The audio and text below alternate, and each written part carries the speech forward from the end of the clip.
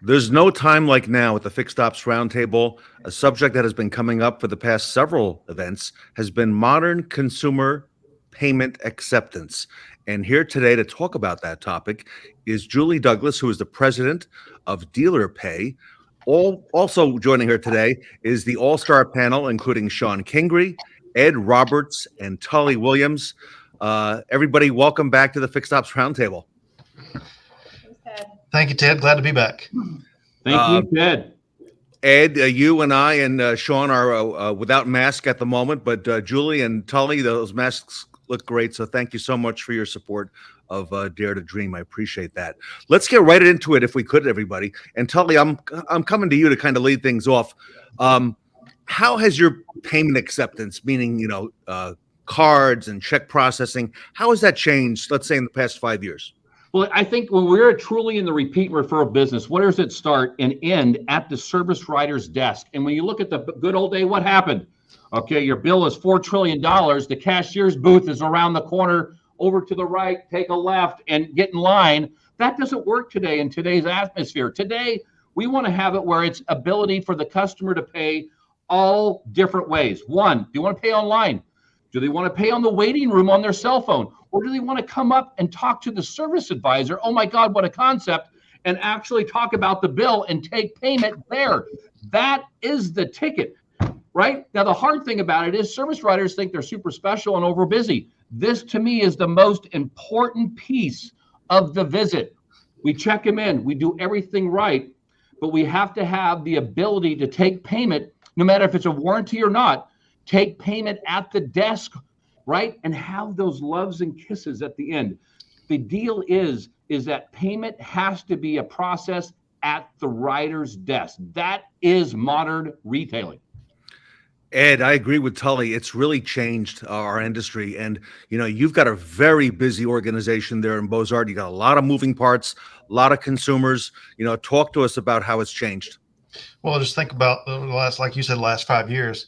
We used to always slide the card. Now it's you insert the card, or it's tap to pay, or it's whatever. But another element of that is a text to be able to pay, a text link to pay. And the customers feel so much more secure than handing you their credit card or whatever else, when they can just click it, put the information in, and pay their bill online. And that's how they've been paying their bills now for years. So it just all ties together when you can do a click to pay. And Sean, what have you seen there? You've been overseeing a lot of stores. What's your perspective? It's funny. It's funny. You can blame it on COVID, but really this all started before COVID. Back to Tully's point, guy. It's cradle to grave. What's convenient for the client? And whether you're on X Time or Time Highway, mobile pay is such a big part of it, okay? And if you've got a CFO or a dealer principal who's against it, it's all about customer convenience. It's all about streamlining the event. And back to what Tully said, shoving them down the street, down the corner, take a left here and a right here, to a person, and I don't mean this any disrespectful, who's making $12, $13, $14, $15 an hour. They're not getting paid on that RO. The person that got paid on the RO, the person that knows what they sold, is on the service drive. It needs to start and finish on the service drive. Julie, you're working with dealers all over the country. You specialize in dealers and in these payment systems. What are you seeing?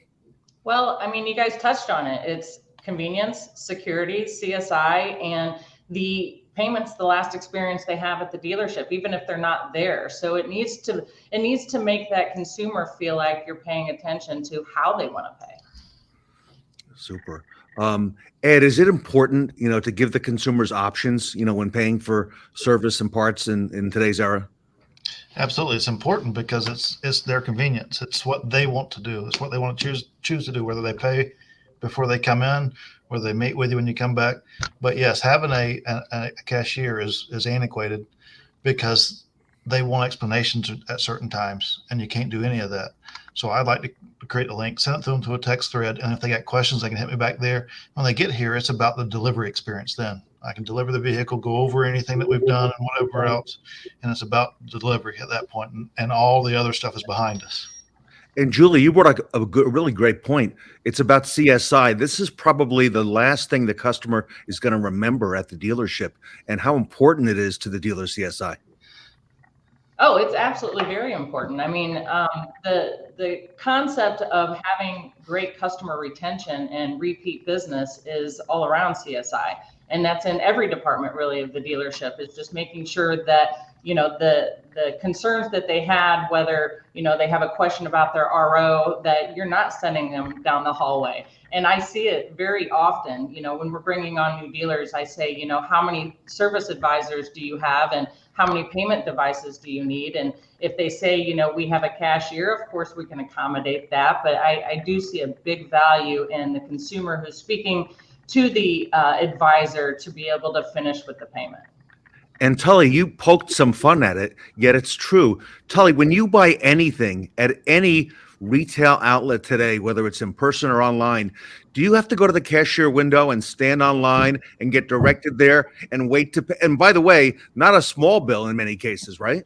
Correct. I mean, you got to make it easy. But I think that what really happens is that, you know, let's say there's a bill, a repair bill. Maintenance is pretty simple, I would think, right? Probably you're going to text them to them. They can pay on their phone because they feel secure. But what happens if the bill's $3,972.47?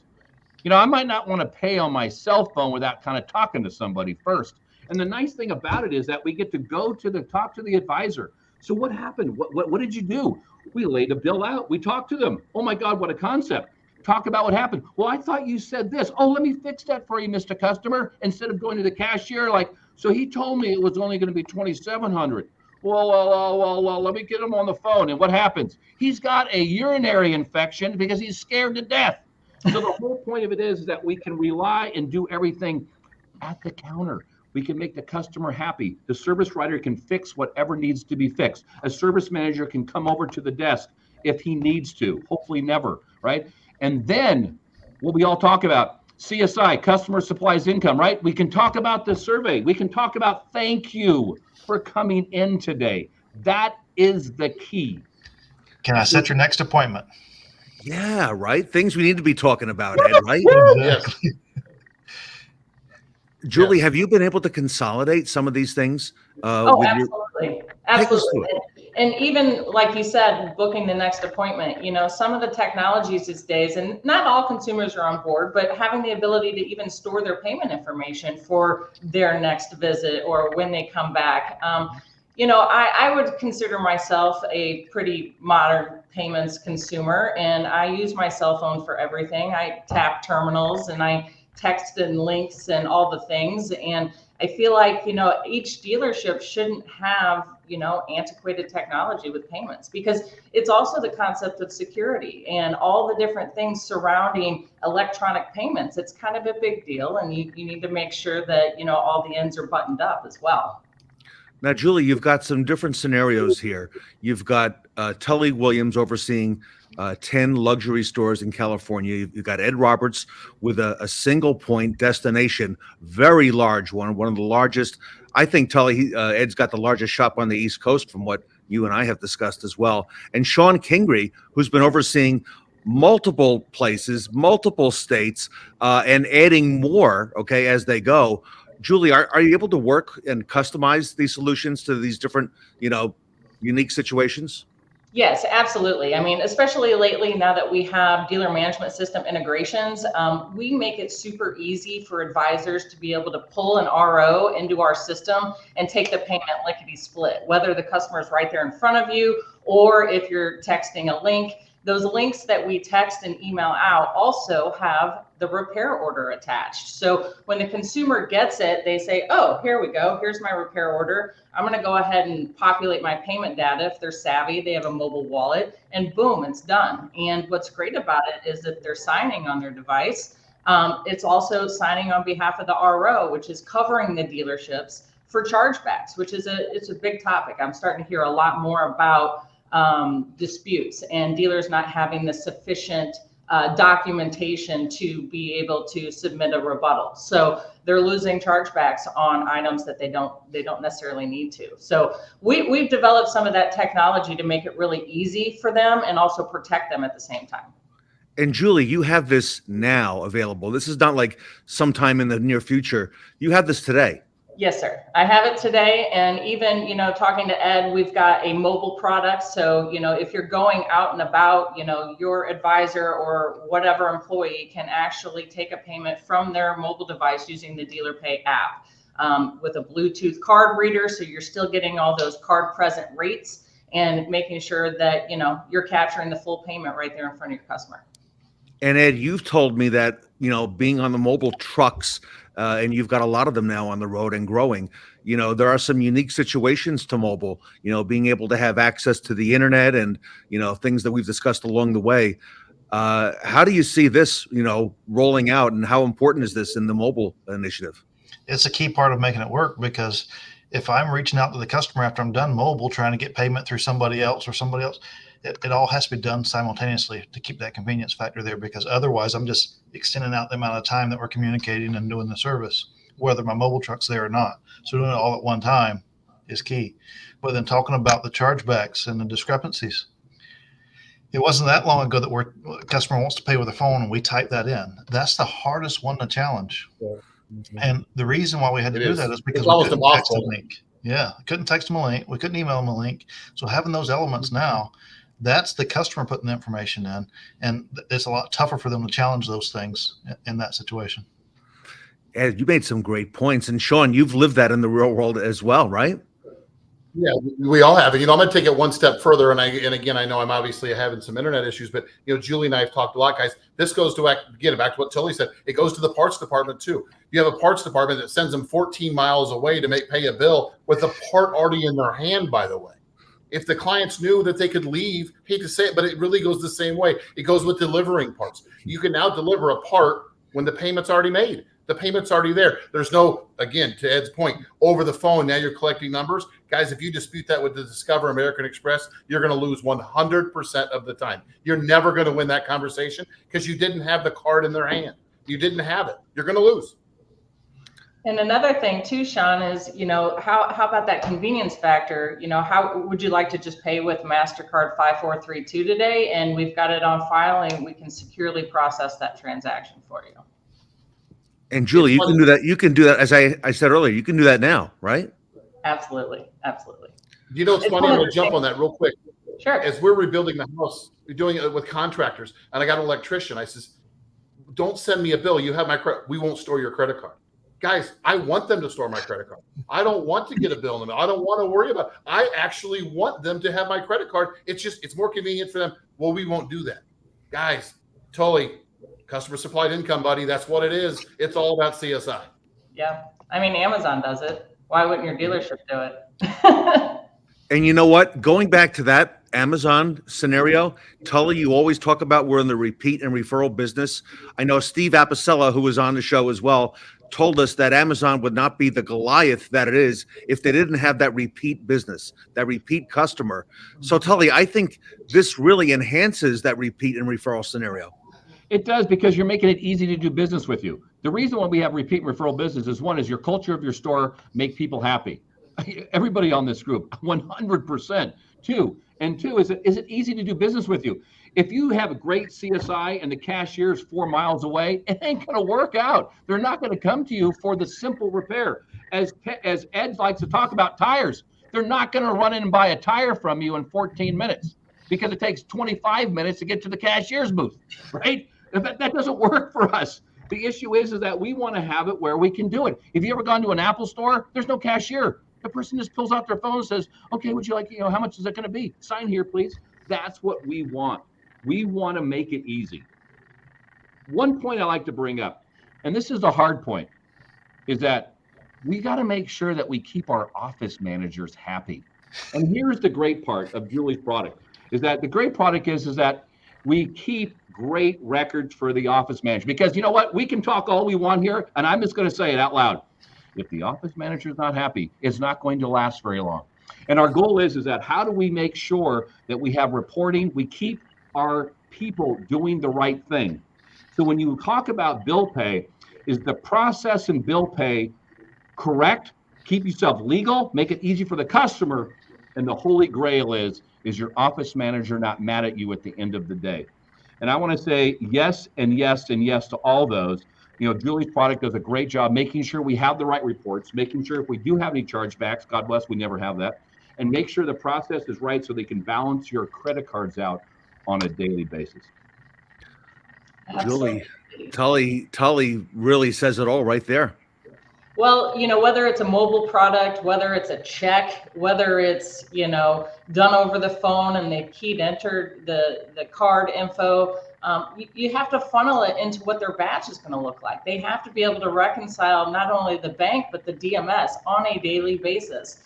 And even if there's one little baby 50-cent transaction that's off, it throws everything off. And you've got an unhappy office manager. That's how I started my career, was really making friends with the office manager first, and then getting in the door and showing them, ways that we can make their lives easier. If you can take 20 hours a month off their plate by consolidating their reporting so they can reconcile faster, that's huge. So, and especially having, the DMS integrations, because then it's going to link every transaction back to the dealer management system. So really, they only have to reconcile any exceptions, which would be like refunds or credits or things that they want to pay attention to. So that's key. I completely agree. Keep that office manager happy. Julie, I know you have the office managers on board because a number of them now work for you. I've met your team. And that was the first thing, Sean Kingery, that impressed me about Julie, was that she said, we've got to win over that office manager for this to work. And Julie, the name of your company is Dealer Pay. So talk to us about that, because you specialize in just this, just in dealerships, and making this a convenient solution for people like Tully and Ed and Sean. Yeah, I've spent my entire career doing it. I started, 23 years ago selling my first Nissan dealership in St. Louis.